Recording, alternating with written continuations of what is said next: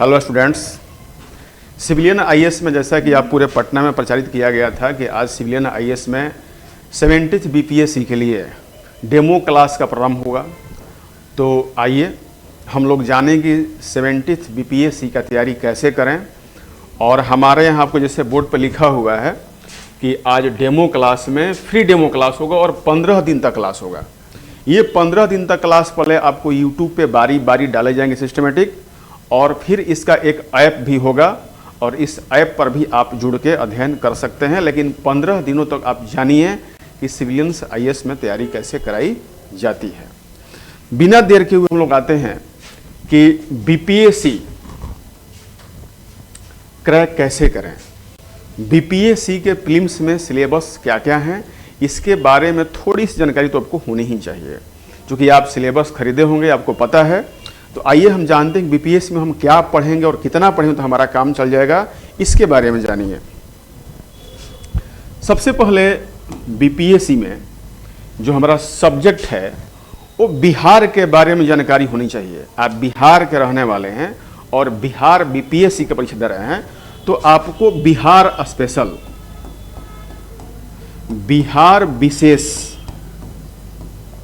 आपको पढ़ने होंगे। और बिहार विशेष का मतलब कि आपको प्रीलिम्स से लेके मेंस तक सवाल पूछे जाएंगे, तो बिहार विशेष होगा। दूसरा जो सब्जेक्ट आपका होगा वो हिस्ट्री, इतिहास से सवाल अक्सर 25-30 पूछे जाते हैं।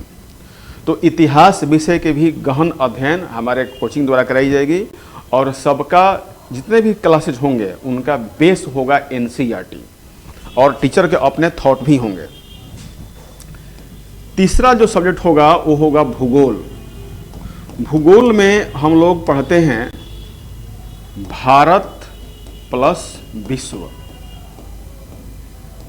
भारत प्लस विश्व हम लोग दोनों से इसे सवाल पूछे जाते हैं। और इस भूगोल विषय के ही अंतर्गत अगर देखा जाए तो 3 का 1 हम इसको कह सकते हैं कि इसमें होता है पर्यावरण, पर्यावरण एवं पारिस्थितिकी।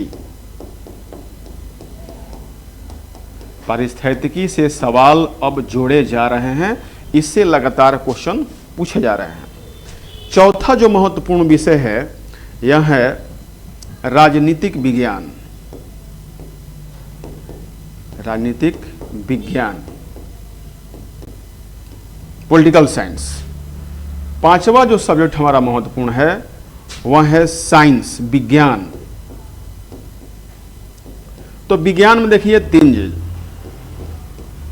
फिजिक्स, केमिस्ट्री और बायोलॉजी, और प्लस में जितने भी न्यू डिस्कवर्ड साइंस में हो रहे हैं, जितने भी नए खोज जो हो रहे हैं, न्यू खोज जो हो रही है, तो इसके बारे में, न्यू डिस्कवर्ड के बारे में हमसे सवाल पूछे ही जाते हैं।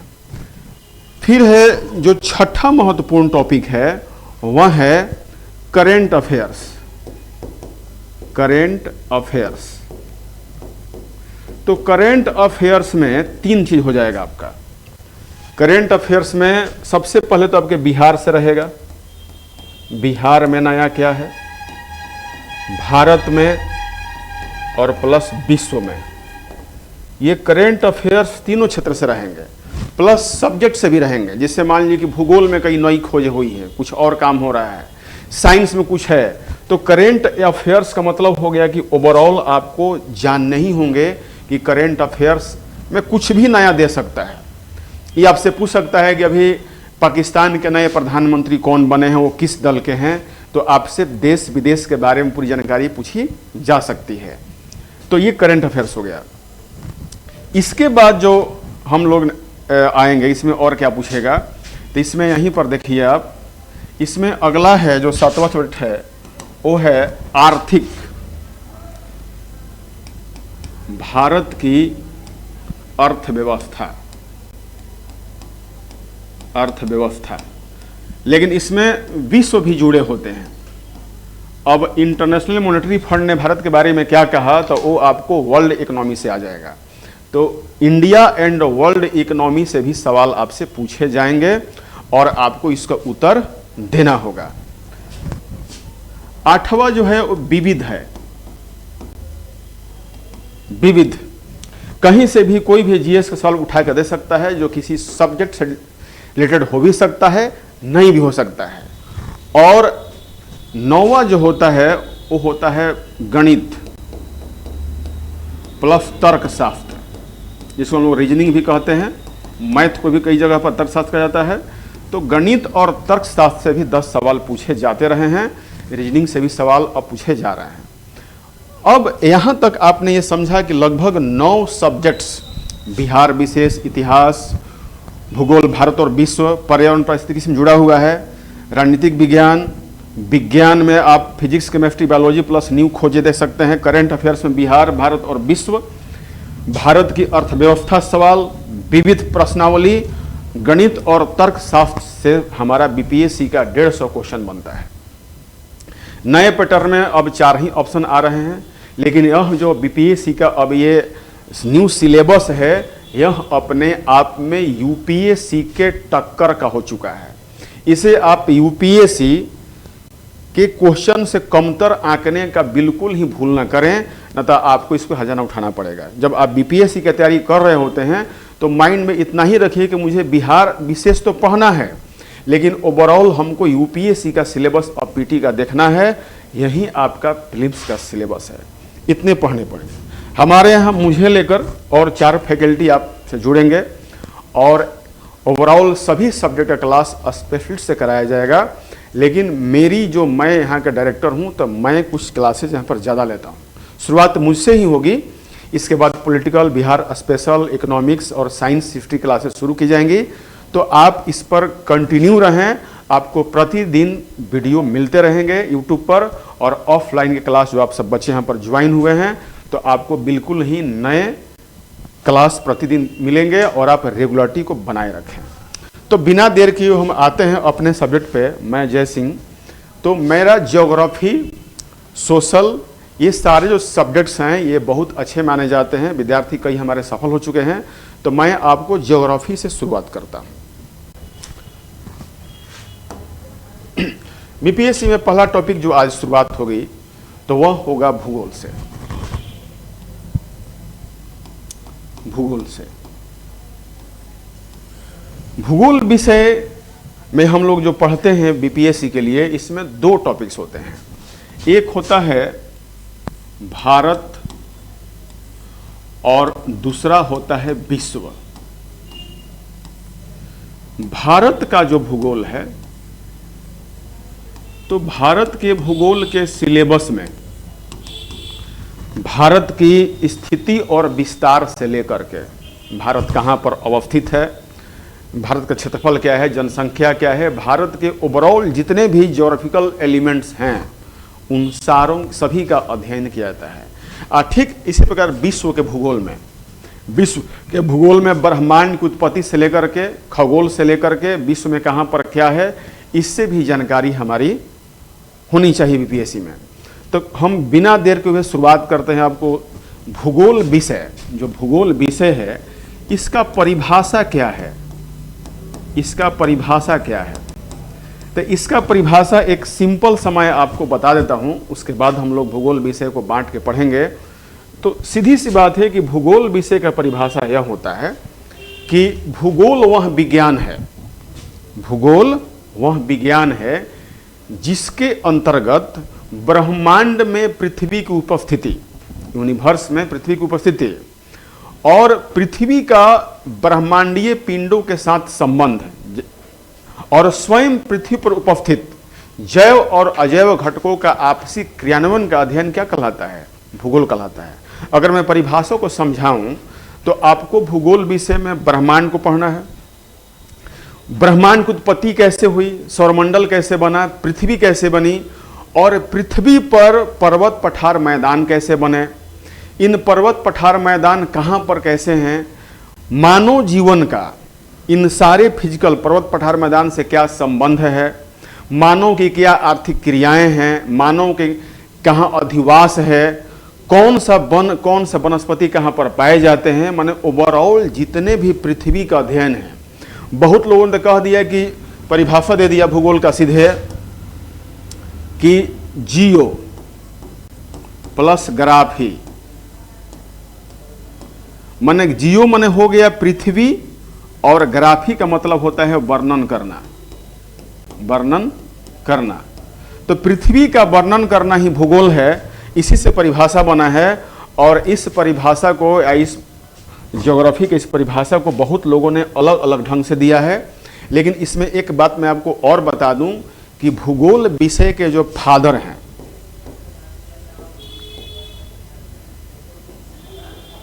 फादर ऑफ ज्योग्राफी, तो इनका नाम है इरेटोस्थेनिज। इरेटोस्थेनिज। ये लोग किसी एक देश के बारे में भूगोल नहीं लिखे थे, ये लोग वर्ल्ड ज्योग्राफी के बारे में चर्चा किए थे। भूगोल को एक अलग विषय बनाए इरेटोस्थेनिज द्वारा। लेकिन इरेटोस्थेनिज की जो पुस्तक है जियोग्राफिया, तो जियोग्राफिया पुस्तक में जिस प्रकार भूगोल विषय का वर्णन किया गया है, तो इससे लगता है कि भूगोल को एक अलग विषय के रूप में पहचान या मान्यता दी गई है। तो जियोग्राफिया पुस्तक इरेटोस्थेनिज की है, और इस जियोग्राफिया में भूगोल विषय को एक अलग विषय बनाने के रूप में मान्यता दी गई है। और इसमें इतने कंटेंट डाले गए हैं जिससे लगता है कि नहीं, कि भूगोल को एक अलग विषय के रूप में पढ़ा जा सकता है। तो इसीलिए इरेटोस्थेनिज को फादर ऑफ ज्योग्राफी कहा जाता है। लेकिन ठीक इनके पहले, इरेटोस्थेनिज के ठीक पहले एक व्यक्ति और थे जिनका नाम था हेकेटियस।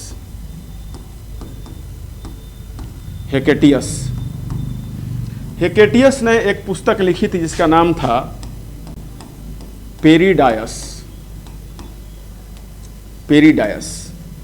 तो पेरिडायस पुस्तक में था क्या कि इसमें भूगोल के कुछ अवयव, भूगोल के कुछ अवयव, सभी नहीं, कुछ अवयव, जैसे पृथ्वी पर क्या है उन्होंने बताया, समुद्र के बारे में जानकारी दी, झील बताया, नदियों के बारे में जानकारी दी,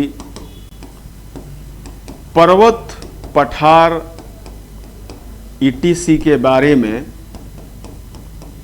इन्होंने जानकारी उपलब्ध कराई थी। जानकारी उपलब्ध कराई थी किस पुस्तक में?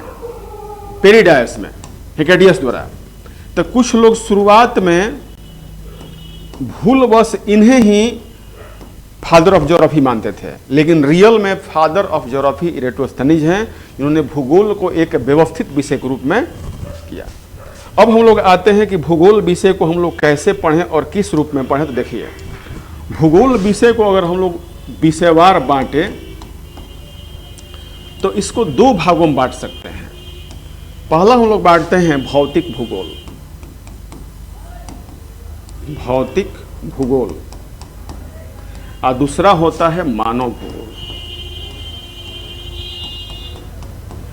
अब यहां पर समझिए, भौतिक भूगोल में हम उन सभी चीजों पर अध्ययन करते हैं जो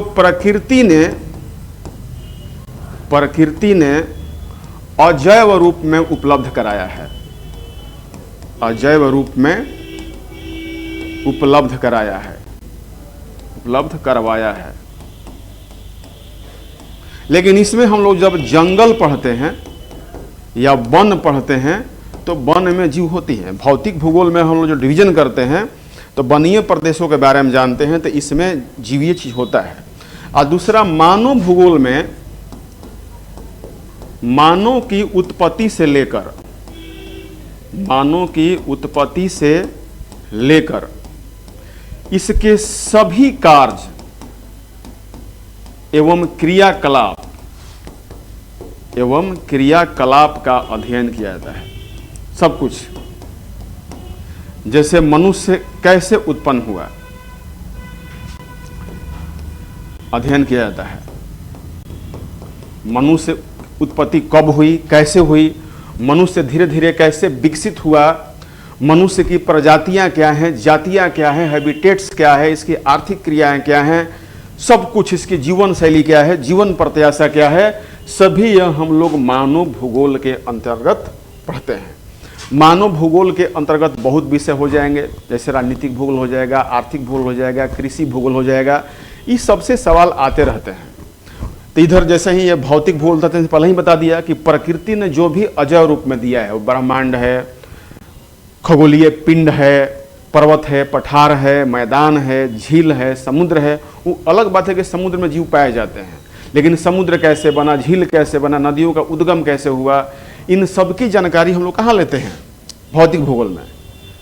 भारत का कोई मैदान कैसे बना, कोई पहाड़ कैसे बना, ये सब किस में आएगा? भौतिक भूगोल में आएगा। तो कुल मिला जुला करके भौतिक भूगोल और मानव भूगोल को हम लोग मुख्य शाखाओं में बांटकर इसका अध्ययन करते हैं। अब इसी के अंतर्गत भूगोल विषय को हम लोग पढ़ने का दो तरीका अपनाते हैं। जो सवाल आता है, एक होता है भारत का भूगोल, भारत का भूगोल, और दूसरा होता है विश्व का भूगोल, विश्व का भूगोल। अब क्वेश्चन पूछने का जो न्यू ट्रेंड है, तो इसमें ज़्यादा बीपीएससी में, यूपीएससी में सवाल पूछे जा रहे हैं भारत के भूगोल से, क्योंकि आप भारत में रहते हैं तो आपकी जानकारी होनी चाहिए। और विश्व के भूगोल से ज़्यादा सवाल आ रहे हैं, जो अपडेट करके नए सवाल आ रहे हैं, जैसे पर्यावरण और पारिस्थितिकी से आ रहा है, आपदाओं से आ रहा है। तो विश्व का भूगोल का भी एक दिशा अब निर्धारित हो चुका है कि सवाल कहाँ से पूछे जा रहे हैं। लेकिन भारत के भूगोल से ओवरऑल सवाल पूछे जा रहे हैं, तो इस पर हम लोग विशेष जानकारी आज प्राप्त करेंगे। भारत के भूगोल से हम लोग शुरुआत करेंगे। तो अब आप हेडिंग दे सकते हैं, भारत का भूगोल, भारत का भूगोल। इससे सवाल लगभग 10 से लेके 15 तक रहेंगे भारत के भूगोल से, और विश्व का भूगोल से भी लगभग 10 प्रश्न रहते ही हैं। तो 25 प्रश्न तो भूगोल विषय से आएंगे।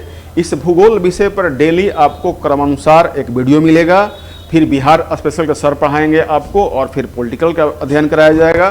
तो एक क्रमवार अध्ययन आपका सिलसिला जारी रहेगा। और हमारी जो क्लास होगी ज्योग्राफी की, या जो आगने वाली क्लास होगी, यो एनसीईआरटी बेस होगा।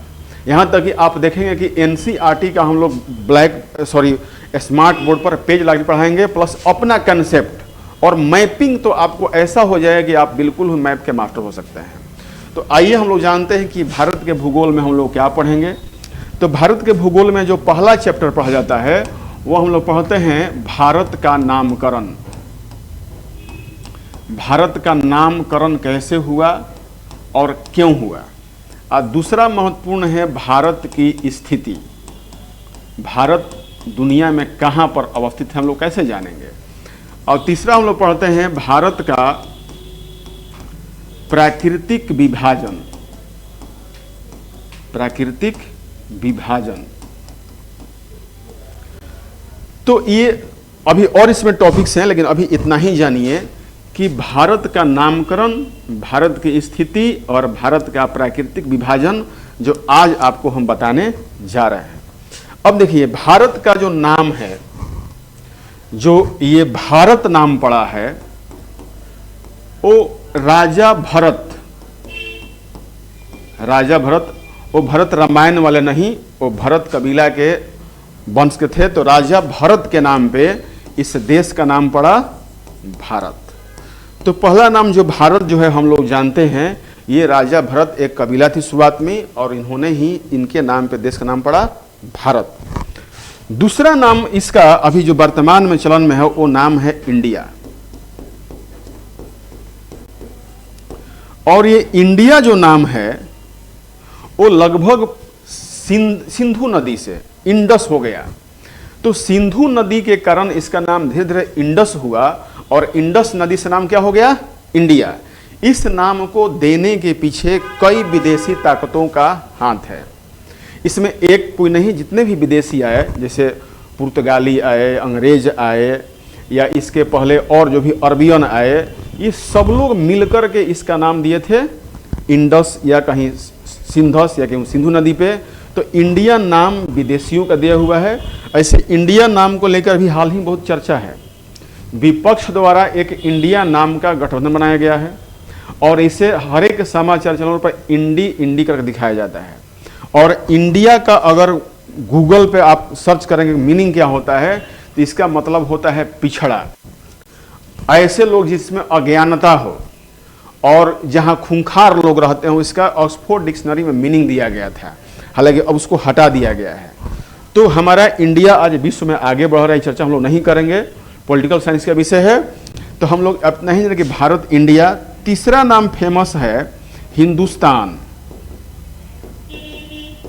इसका हिंदुस्तान नाम क्यों किया गया, तो वह भी सिंधु नदी से, बहुत से भाषाओं में 100 को लोग ह कहते हैं, तो सिंधु नदी से हो गया हिंदू।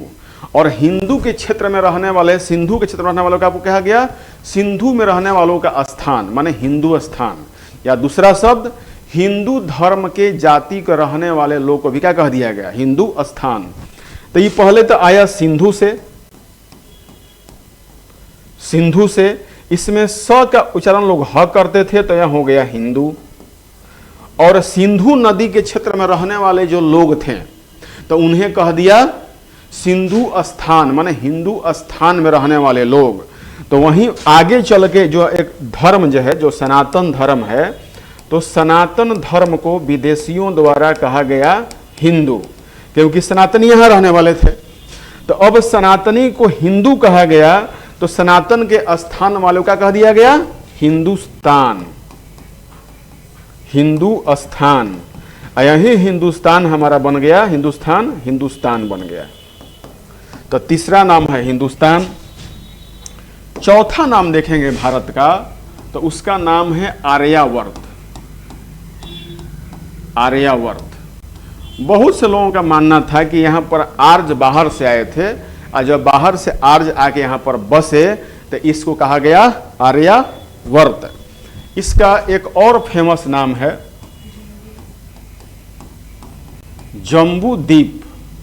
आप अक्सर जब सत्यनारायण भगवान का कहानी सुनते होंगे या कुछ आप शास्त्रों में, तो जम्बू स्थाने कहा जाता है। तो जम्बू का मतलब होता है जामुन। तो इस भारत के एक हिस्से में, दक्षिणी हिस्से में, या कहा जाए कि एक विशाल क्षेत्र में जामुन के बड़ी वृक्ष पाए जाते थे। तो उस जामुन के नाम से जम्बू द्वीपे, माने उस द्वीप पर जामुन का बहुत ज्यादा वृक्ष पाए जाते हैं, तो इसलिए से जम्बू द्वीप कहा गया।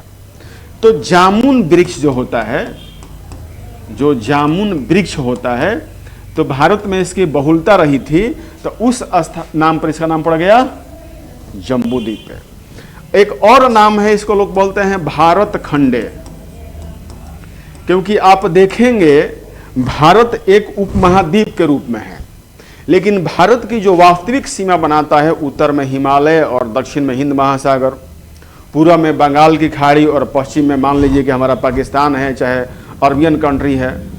तो इस प्रकार जो कुछ क्षेत्र में हमारा अरब सागर का भी हिस्सा है, तो इसमें भारत खंडे कहने का मतलब था कि भारत का जो मुख्य स्थलीय भूमि है, उसकी नाम हम लोग भारत को एक खंड के रूप में कहते हैं।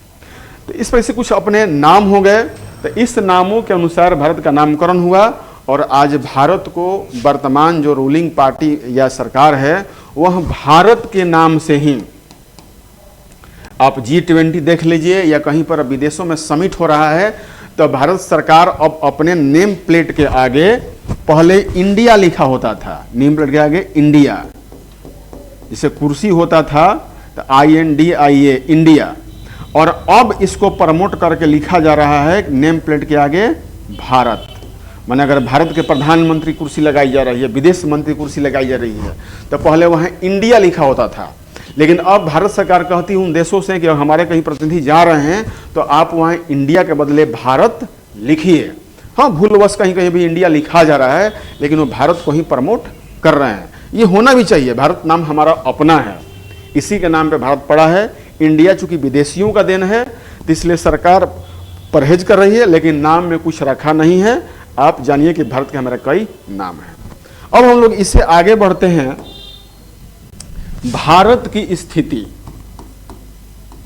भारत की स्थिति मैं इसे आपको एक अपने हैंडमेड ग्लोब के माध्यम से समझाऊंगा, जो आपको बिल्कुल ही समझ में आ जाएगा। कि आपसे कोई पूछ ले कि भारत ये जो जगह है कहाँ है, कोई व्यक्ति किताब मैप नहीं देखा हो और उसे कह दिया जाए कि विश्व के मैप पे भारत को खोजिए, तो आप कहाँ खोजेंगे?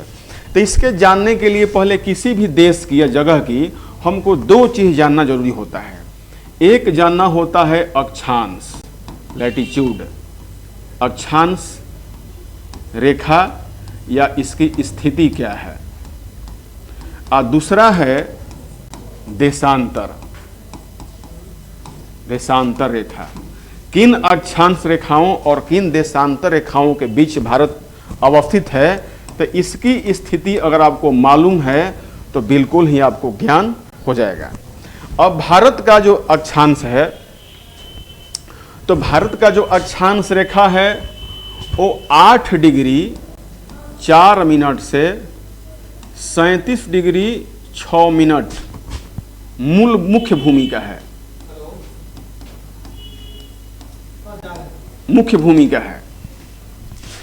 और देशांतर रेखा जो है 68 डिग्री 7 मिनट से 97 डिग्री 25 मिनट, ये हमारा अक्षांश और देशांतर है।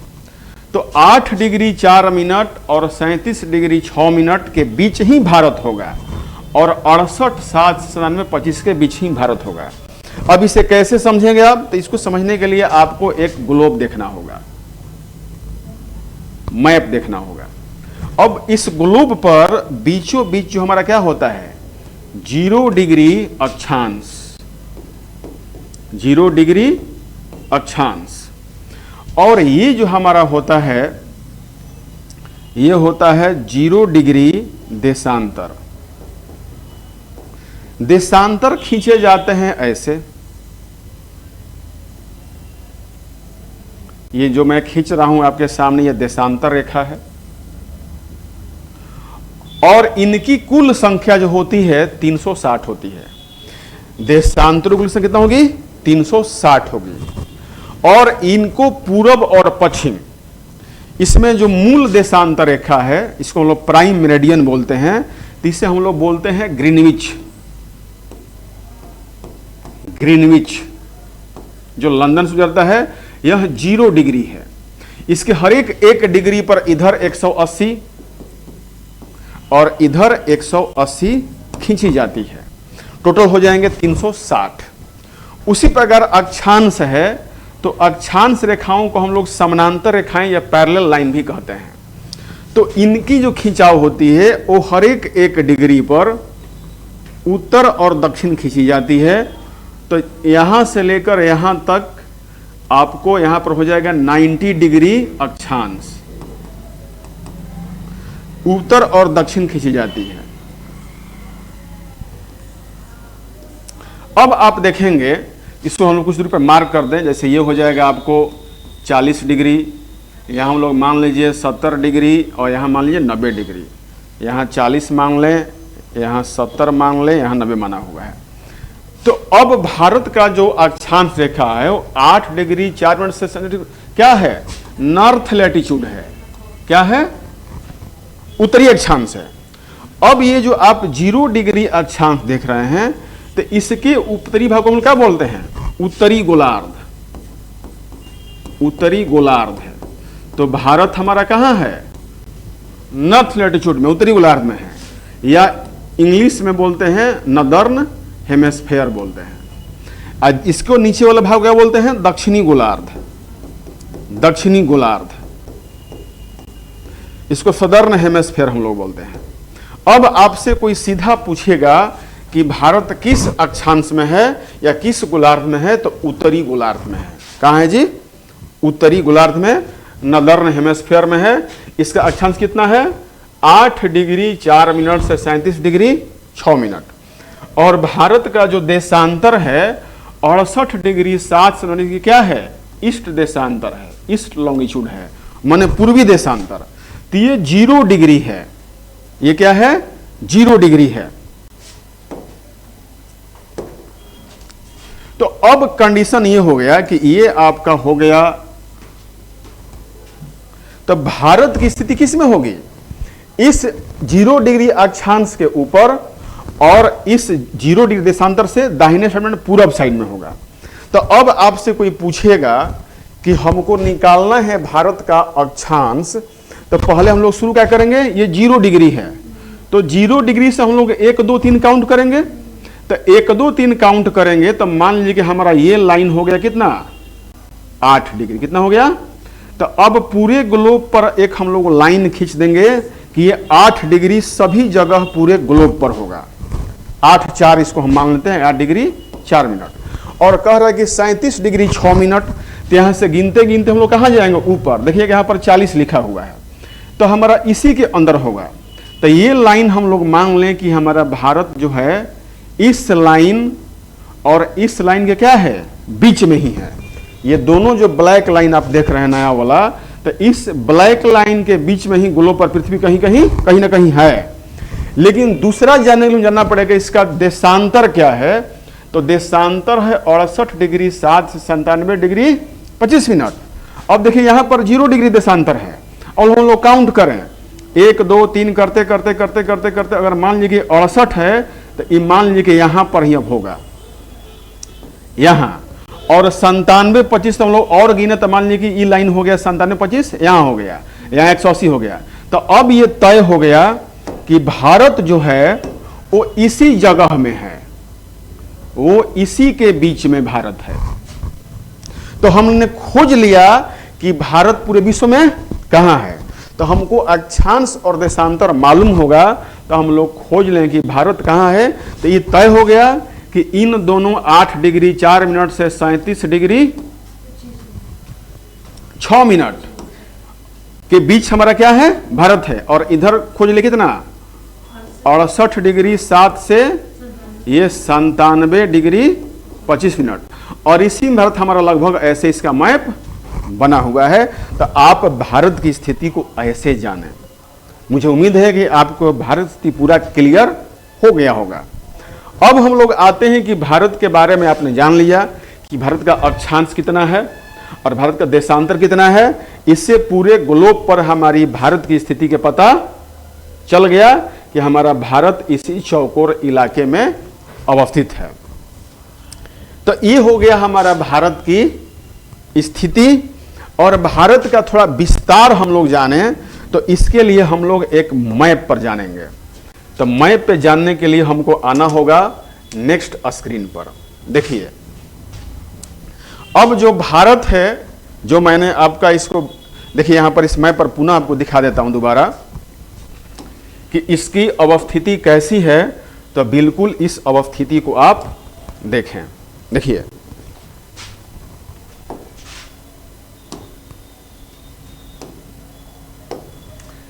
वही चीज जो मैंने आपको पिछले मैप में दिखाया था, तो उसको आप स्पष्ट होकर देखिए यहाँ पे कि भारत का जो ये वाला हिस्सा है, ये हिस्सा 68 डिग्री 7 मिनट। इस जगह का नाम है, बहुत जगह अलग अलग नाम दिया है, लिखा यहाँ पर गुहार मोती, लेकिन कहीं कहीं लिखा होता है गौर माता।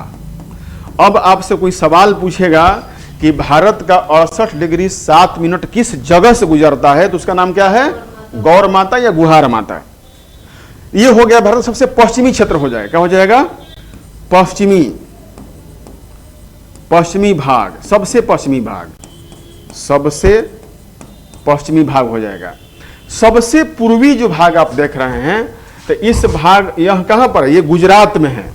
गौर माता कहां है, गुजरात में है। गुजरात में सबसे पश्चिमी भाग, इसके जगह पर देशांतर है 68 डिग्री 7 मिनट। और सबसे पूर्वी देशांतर पर जो जगह है उसका नाम है किबिथु। ये जगह है, इसका नाम क्या है, किबिथु। यह कहां है, तो यह जगह है अरुणाचल प्रदेश में। अरुणाचल प्रदेश में। और इसका देशांतर कितना है, 97 डिग्री 25 मिनट। तो मतलब कि भारत का ये क्या हो गया, चौड़ाई हो गया। माने इसको हम लोग पूरब पश्चिम लंबाई कहें, चौड़ाई कहें, तो ये पूरब और पश्चिम, सबसे पश्चिम में गौर माता, सबसे पूरब में किबिथु हो गया। किबिथु कहाँ है, अरुणाचल प्रदेश में, और गौर माता कहाँ है, गुजरात में है। अब इसका देश हम लोग अक्षांश देखें मुख्य भूमि के देखिए अक्षांश यहाँ से गुजरता है कन्याकुमारी से, और इसका जो अक्षांश है कन्याकुमारी में वो 8 डिग्री 4 मिनट है। लेकिन भारत का दक्षिणतम बिंदु आप देखेंगे तो यहाँ इंदिरा पॉइंट है, जो इंदिरा पॉइंट है। लेकिन जो मुख्य लैंड है, तो मुख्य लैंड का कितना भाग है? कन्याकुमारी, और यहाँ तमिलनाडु में है। तो कन्याकुमारी कितना डिग्री पर है? 8 डिग्री 4 मिनट पर। और सबसे ऊपरी भाग देखेंगे जो अब लद्दाख हो गया है। क्या हो गया है? लद्दाख। तो सबसे उत्तरी भाग जो है वो लद्दाख में है, और इसका कितना डिग्री है? 37 डिग्री 6 मिनट। तो आप भारत के इस चौहद्दी को समझ जाए तो सबसे पूछा जाए सवाल आपसे कि भारत के सर्वाधिक उत्तर में क्या है, तो इंदिरा कौल है। इंदिरा कौल, या इसका अक्षांश क्या है? 37 डिग्री 6 मिनट। और किस जगह पर है? लद्दाख में। सबसे दक्षिण में कौन है मुख्य भूमि का? कन्याकुमारी। अक्षांश क्या है? 8 डिग्री 4 मिनट। अब भारत का सबसे दक्षिणतम बिंदु कहां है? इंदिरा पॉइंट है। भारत का सबसे पूर्वी जगह कौन है? किबिथु। अक्षांश 97 डिग्री 25 मिनट। और भारत का सबसे जो पश्चिमी भाग है गौर माता या गुहार माता कहाँ है? गुजरात में। अक्षांश है 68 डिग्री 7 मिनट। तो बिल्कुल ही आपको याद हो जाना चाहिए, और मैप से बिल्कुल आपको याद हो जाएगा। अब आपसे कोई पूछेगा कि भारत का कुल क्षेत्रफल कितना है, टोटल एरिया कितना है, तो इस एरिया को आप एक लाइन में जान लीजिए कि भारत का जो कुल क्षेत्रफल है, भारत का कुल क्षेत्रफल वो है 32,87,263 वर्ग किलोमीटर। 32,87,263 वर्ग किलोमीटर, जो क्षेत्रफल की दृष्टि से विश्व में क्या है? 7वें स्थान पर है। विश्व में 7वें स्थान पर है। अब आपसे कोई पूछेगा कि भारत की पूरब से लेके पश्चिम तक कुल चौड़ाई कितनी है? आपने यहां देखा है कि गौर माता से लेकर और किबिथु तक 2933 किलोमीटर चौड़ाई है। कितना है? 2933 किलोमीटर। और जो उत्तर दक्षिण इसका लंबाई है, आप इस लाइन को देख रहे हैं, लंबाई है यह है 3214 3214 किलोमीटर। तो अब आप जान गए कि भारत की चौड़ाई कितनी है पूरब पश्चिम, तो 2933 किलोमीटर, और लंबाई है उत्तर दक्षिण 3214 किलोमीटर। यह मुख्य भूमि का है।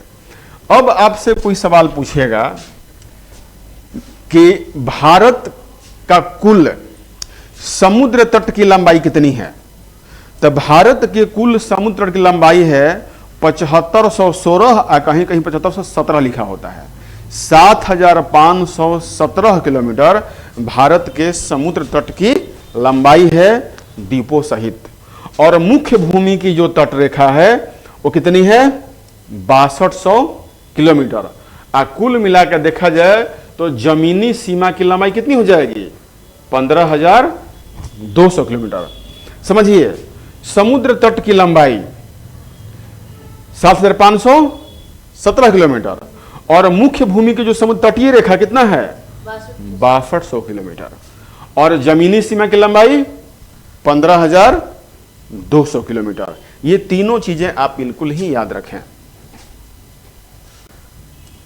अब मुख्य भूमि की तट रेखा मतलब ये है, गुजरात से लेकर के अगर यहां पर हम बंगाल तक जाएंगे तो क्या हो जाएगी? समुद्र तट की लंबाई है, और सॉरी मुख्य भूमि की तट रेखा है। ये मुख्य भूमि की तट रेखाएं हैं। गुजरात से लेके हम लोग जब यहां चल गए बंगाल तक तो मुख्य तट रेखा है। और जितने भी द्वीपों सहित इसका आइलैंड है उसकी तट कितनी हो जाएगी? 7517 किलोमीटर। अब भारत के एरिया में कहां पर क्या क्या है इसके बारे में हम लोग जानकारी प्राप्त करेंगे।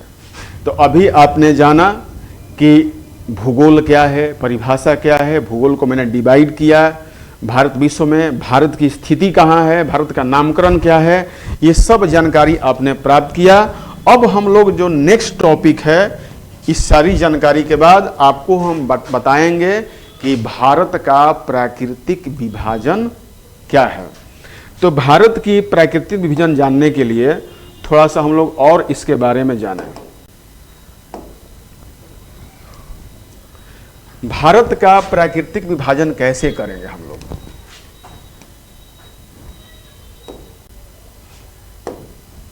फिर मैं आपको इसको मैप पे बताऊंगा।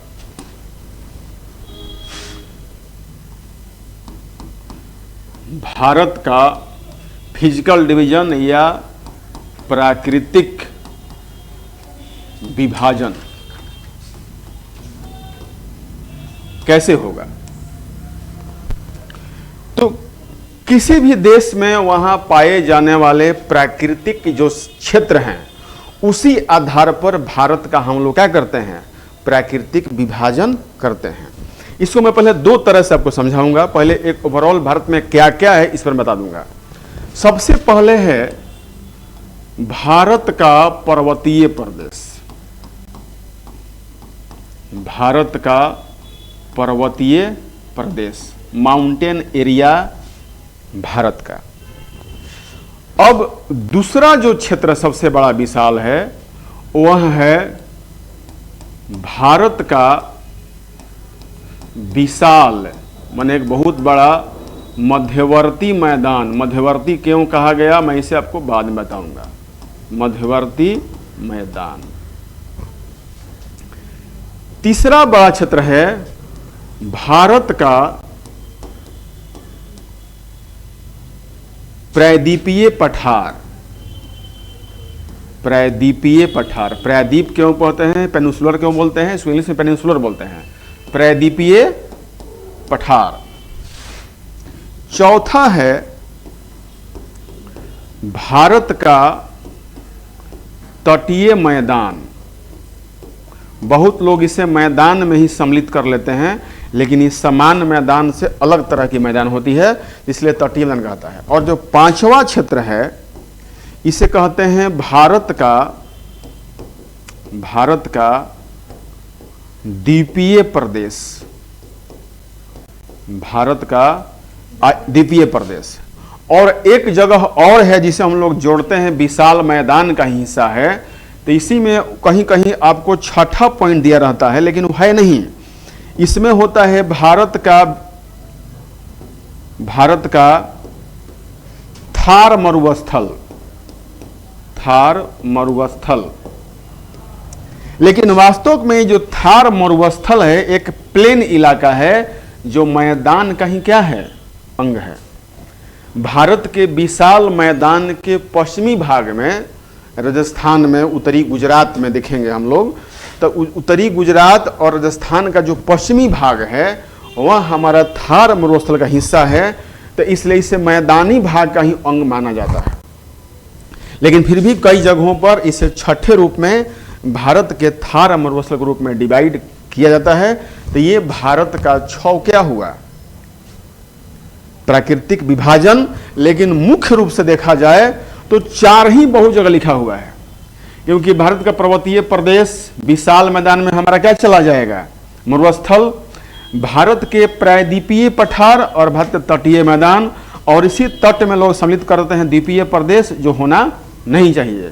जैसे जो हमारा लक्षद्वीप है तो तट से बिल्कुल सटा नहीं है, बहुत से ऐसे आइलैंड हैं जो तट से सटे हुए हैं, लेकिन हमारा द्वीपीय प्रदेश का एक अलग मैपिंग और इसके अलग अध्ययन होने ही चाहिए। तो इसलिए 5 डिवीजन तो भारत के महत्वपूर्ण हैं, जो आप मेंस में भी आपको लिखना पड़ सकता है।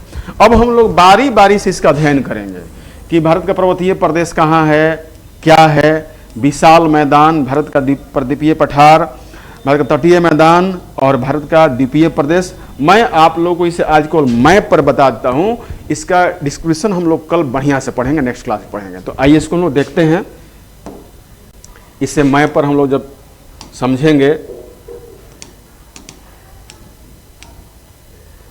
देखिए भारत के भौतिक विभाजन, जैसे ये जो मैप है इसमें देखिए 4 ही प्रदेश दिखाया गया है, लेकिन मैं आपको स्पष्ट रूप से इसको और जानकारी इसके बारे में दूंगा।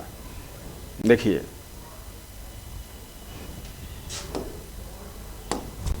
भारत का जो उत्तरी भाग है,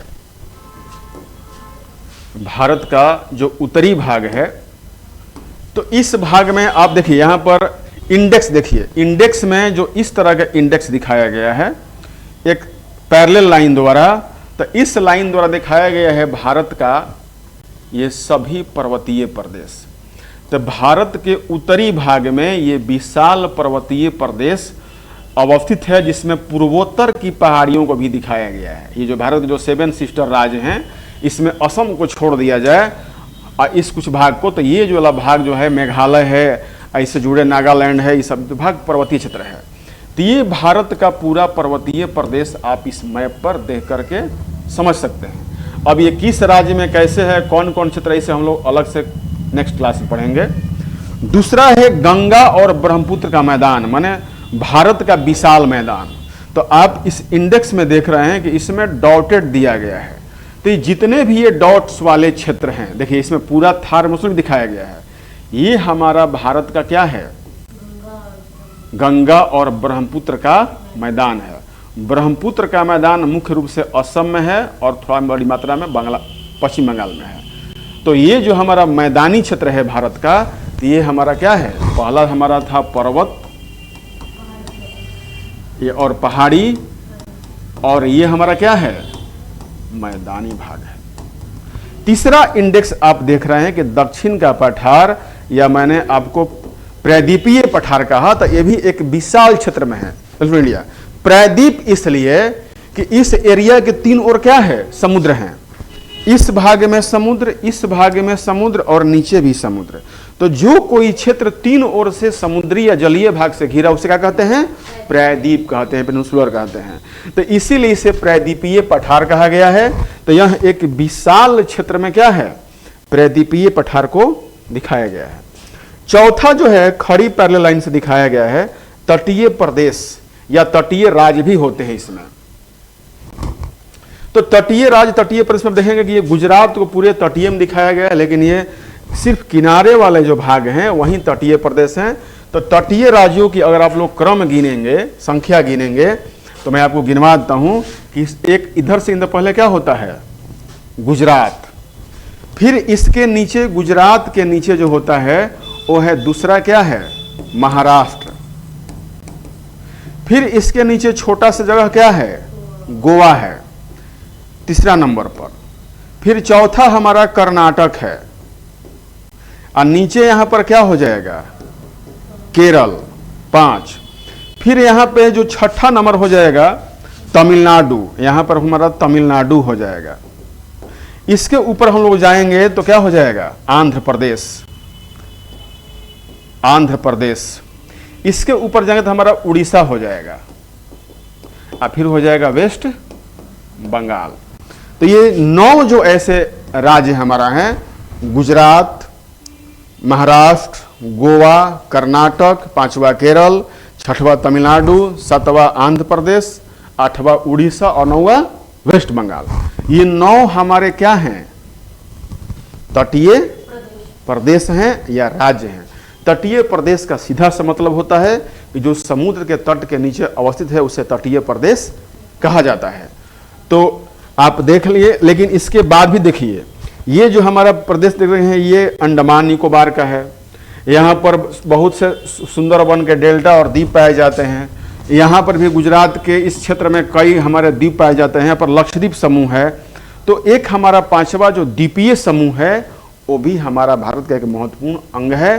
तो 5 हमारे भारत के महत्वपूर्ण अंग आप याद रखिए। उत्तर में विशाल पर्वतीय प्रदेश, मध्यवर्ती मैदान जिसमें गंगा ब्रह्मपुत्र माना जाता है, और तीसरा प्रायद्वीपीय पठार, चौथा तटीय प्रदेश और 5वां द्वीपीय प्रदेश। अब देखिए, इसको आपको याद करने के लिए मैं आपको एक फॉर्मूला दे रहा हूं। ये फॉर्मूला कैसे होगा? अब इसके लिए आप एक नेक्स्ट मैप देखिए। नेक्स्ट मैप मैंने खाली रखा है, तो नेक्स्ट मैप, ये सादा मैप आपको मार्केट में मिलता है। तो इस मार्केट में जब ये आपके करने के लिए है, आप जब तक इसे घर पर नहीं करेंगे आपको याद नहीं होगा।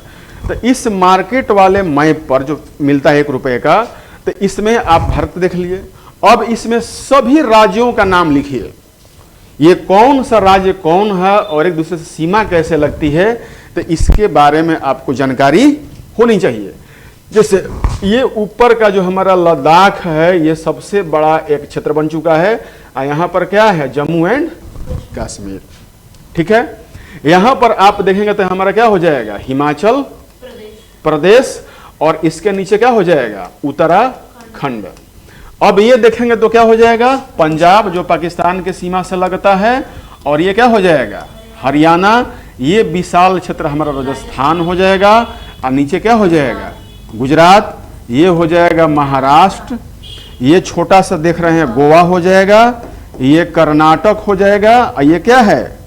केरल, तमिलनाडु। ये हो गया आंध्र प्रदेश, इसी का हिस्सा तेलंगाना ये है, ठीक ना। इसके ऊपर आएंगे तो ये उड़ीसा हो जाएगा, ये पश्चिम बंगाल हो जाएगा। तो मैंने मोटे मोटे आपको किनारे वाले बता दिए। ये आपका यूपी हो जाएगा, ये आपका सिक्किम हो जाएगा, ठीक ना। और ये आपका हो जाएगा अरुणाचल प्रदेश, नीचे असम हो जाएगा। तो ये सारे चीज, ये मध्य प्रदेश बीच एमपी हो जाएगा, ये आपका बिहार हो गया, ये आपका झारखंड हो गया, ये छत्तीसगढ़ हो गया। तो इस तरह सारे स्टेट्स को आप कवर करेंगे तो आपको लगे कि नहीं, मैंने भूगोल में ये जान लिया कि भारत का कौन सा राज्य कहाँ है। और इसी अनुसार आप देखेंगे कि मैंने बताया था कि उत्तर के पर्वतीय राज्य कौन कौन से हैं, तो आपको पता चल जाए कि ये सारे राज्य क्या हैं? पर्वतीय राज्य हैं। तो इस तरह से इन राज्यों को देखने से आपको पता चलेगा कि कौन से पर्वतीय राज्य हैं, कौन से मैदानी हैं, कौन से तटीय हैं और कौन से पठारी हैं। आप मैपिंग करेंगे अपने से तो आपको बिल्कुल वही क्लियरिटी हो जाएगी।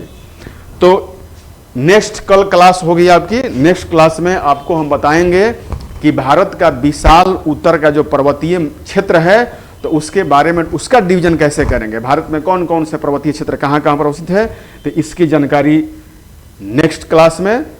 तब तक आप नेक्स्ट क्लास का वेट करें। जो नए लोग यूट्यूब पर देख रहे हैं सब्सक्राइब जरूर करें। धन्यवाद।